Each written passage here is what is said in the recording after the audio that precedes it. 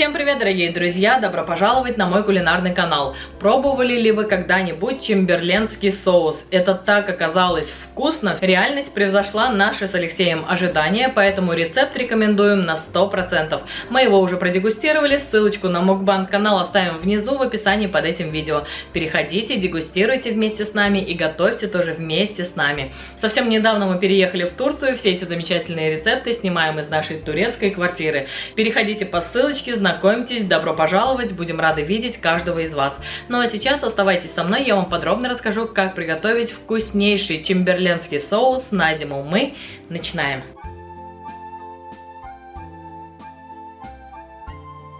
Чтобы приготовить вкусный чемберленский соус, нам потребуется 2 килограмма помидоров, вот таких замечательных, хороших, спелых, сливок у меня сегодня, 600 грамм уже в очищенном виде лука, 150 миллилитров растительного масла, 100 миллилитров 9% уксуса, 1,5 столовые ложки соли, чайная ложка черного перца горошком, либо душистого перца, даже будет лучше. Сегодня у меня черный перец. 1 чайная ложка гвоздики и 4 лавровых листика. Также нам потребуется 100 грамм сахара. Для начала нам необходимо подготовить и бланшировать помидоры. Прежде чем приступать к приготовлению данного рецепта, нам необходимо поставить кастрюлю воды и довести ее до кипения. Значит, помидоры подготавливаю следующим образом. Просто вот так, крест-накрест, делаю неглубокие надрезы. Нам необходимо будет помидоры очистить от кожуры. Таким образом подготавливаю все помидорчики. Все, друзья, подготовила я все помидоры. Дальше беру кастрюлю с только что вскипевшей водой и аккуратно помещаю наши помидоры в кипяток. Помидорчики вот так окунаем, кастрюлю с помидорами закрываю и засекаю ровно 2 минуты. Тем временем, пока в чашку, в которой были помидоры, налью холодную воду. Итак, друзья, прошло у нас 2 минуты. Аккуратно вынимаем помидоры и отправляем их сразу в холодную воду. Помидоры я все опустила в холодную воду. Пусть они здесь немного побудут, буквально тоже пару минут. За эти пару минут я пока нарежу лук. Лук мы нарезаем полукольцами, либо четверть кольцами, кому как нравится. Соответственно, луковицу делим пополам и режем поперек полукольцами.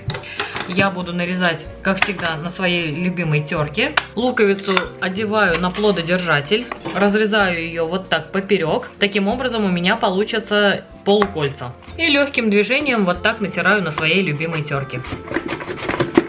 Вот такой толщиной, не очень мелко, примерно по 2-3 мм толщиной нарезаем лук. Сейчас полностью нарежу таким образом лук, затем покажу, что делать дальше. Лук я весь нарезала, вот такое количество у меня получилось, пока его убираю в сторону. Дальше мы с вами возвращаемся опять к нашим помидорчикам. А дальше, смотрите, даже не используя никаких инструментов, вот так руками легко и быстро очищаются у нас помидоры от кожуры. Все, 2 минуты в кипятке, 2 минуты в холодной воде. Этого достаточно. И посмотрите, какие замечательные симпатяги у нас с вами получаются. Таким образом чистим все помидоры. Все, друзья, помидоры я все почистила. Вот такое количество у меня получилось. Дальше нам их необходимо нарезать. Нарезаем сначала пополам, таким образом, чтобы вот эта плодоножка оставалась на одной стороне. И вот таким треугольничком экономичным вырезаем плодоножку, несъедобную часть. Все остальное разрезаю еще раз пополам. И вот на такие четверть кольца получается по 5-7 миллиметров. Не очень мелко нарезаем вот так вот помидоры.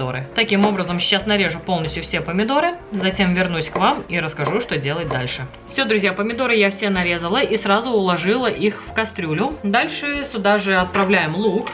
Сюда же отправляем по очереди все ингредиенты, подготовленные заранее. 100 мл 9% уксуса, 150 мл растительного масла, 1,5 столовые ложки соли, 100 грамм сахара, перец горошком 1 чайная ложка, 1 чайная ложка гвоздики и лавровый лист 4 листика. Все хорошенько лопаткой перемешиваем и отправляем на плиту. С момента закипания варить наш соус будем в течение 5 минут. С того момента, как наш соус активно закипит, мы с вами засекаем 5 минут и варить наш соус будем в течение 5 минут после закипания.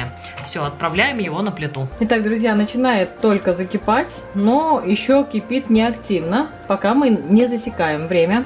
Дожидаемся, когда именно начнет кипеть очень-очень активно. Слегка перемешиваем, аккуратно, стараемся помидорчики не повреждать и дожидаемся закипания. Все, друзья, смотрите, вот когда вот так закипело прям активно очень, с этого момента засекаем 5 минут. При открытой крышке варим 5 минут. Итак, друзья, прошло ровно 5 минут, смотрите, уже слегка томаты поменялись в цвете, да, очень-очень активно кипят. Все, можно еще вот буквально минутку, вот так размешаю хорошенько, но аккуратно при этом, и будем отключать. Теперь можно в стерилизованные банки и закатывать. Берем вот такую воронку с широким горлом, специальную для консервации я покупала. Банки я стерилизую, значит, следующим образом.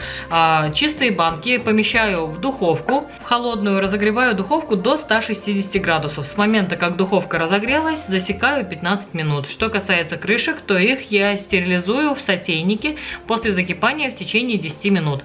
Теперь смотрите, все это дело у нас вместе с сачком, вот так вот половником, направляем в банку.